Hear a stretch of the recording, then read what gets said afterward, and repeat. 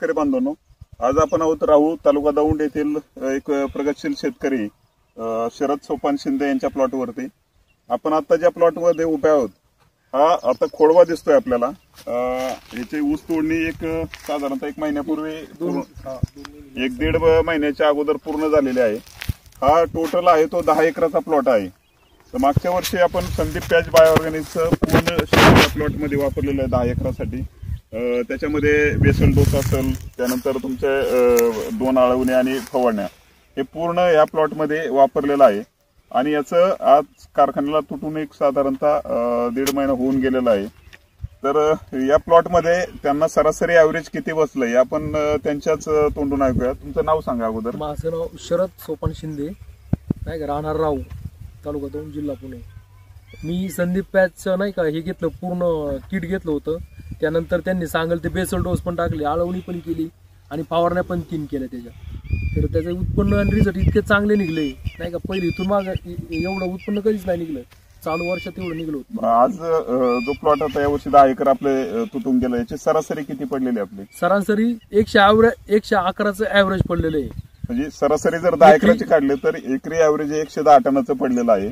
म्हणजे एकरी तुमचे काही प्लॉट आता सरस निरस प्लॉट आहे, तर याच्यामध्ये हायेस्ट ॲव्हरेज तुम्हाला किती मिळालेलं आहे? हायेस्ट ॲव्हरेज तसं इकडे 125चं निघलं, तर नाही का काही कारण असतो इकडे पाण्याकडे येत नाही आलं, बिबटे वगैरे असल्यामुळं या एरियामध्ये थोडा बिबट्याचा प्रादुर्भाव असल्यामुळं नंतरचं पाण्याचं व्यवस्थापन व्यवस्थित करता आलेलं नाही। कारण सगळीकडे पाहिलं तर ऊसाचं क्षेत्र असल्यामुळं पाण्याचं नियोजन व्यवस्थित न झाल्यामुळं ॲव्हरेज मध्ये थोडा फरक पडला। तर 125 टनाचं एका प्लॉटमध्ये त्यांचं ॲव्हरेज पडलंय 125 प्लसचं।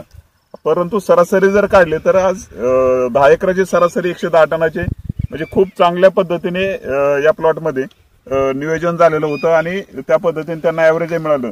तर आपण हे जे किट वापरलं याच्यामध्ये समाधानी आहात का? खूप समाधानी। खूप आपण इतर शेतकऱ्यांना काय सांगू शकता? नाही, हेच वापरायचं नाही का सगळ्यांनी, संदीप पॅचचं। म्हणजे हे किट वापरावं, कारण आज पहिल्यांदाच त्यांनी आपलं किट वापरलेलं होतं मागच्या वर्षी अडचणीसाठी। सगळ्यात महत्वाचं नाही का, इतर दुकानांपेक्षा तुमचा खर्च पण कमी, तो महत्वाचा मुद्दा आहे की आपण जर बाहेरून ट्रीटमेंट घेतली तर बऱ्याच शेतकऱ्यांचं काय होतं की खर्चाचं प्रमाण वाढलं जातं।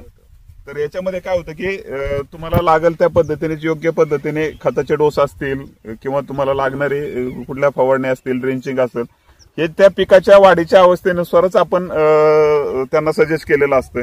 आणि खत हे तुमचं ज्या त्या लागणीच्या म्हणजे बेसल डोस पासून आपण ते शेड्यूल जे बनवलेलं आहे किंवा तुमच्या जमिनीच्या प्रकारानुसार किंवा तुमचं जे पिकाच्या वाढीची अवस्था याच्यानुसार आपण जे शेड्यूल देतो त्या पद्धतीने पूर्ण शेड्यूल आपण या पिकामध्ये वापरतो। आणि आज जर सरासरी इथून पाठीमागचं तुमचं ॲव्हरेज कसं होतं? इथून पाठीमाग 70-80च्या पुढे नव्हतं। 70-80चं ॲव्हरेज असणारे शेतकरी आज आता ह्या जमिनी बागायत होऊन किती वर्ष झाले या जमिनीला? खूप म्हणजे नाही का, खूप 40 वर्ष तर 40 वर्षापूर्वीचं बागायत आहे, 40-50 वर्षापूर्वीचं बागायत आहे।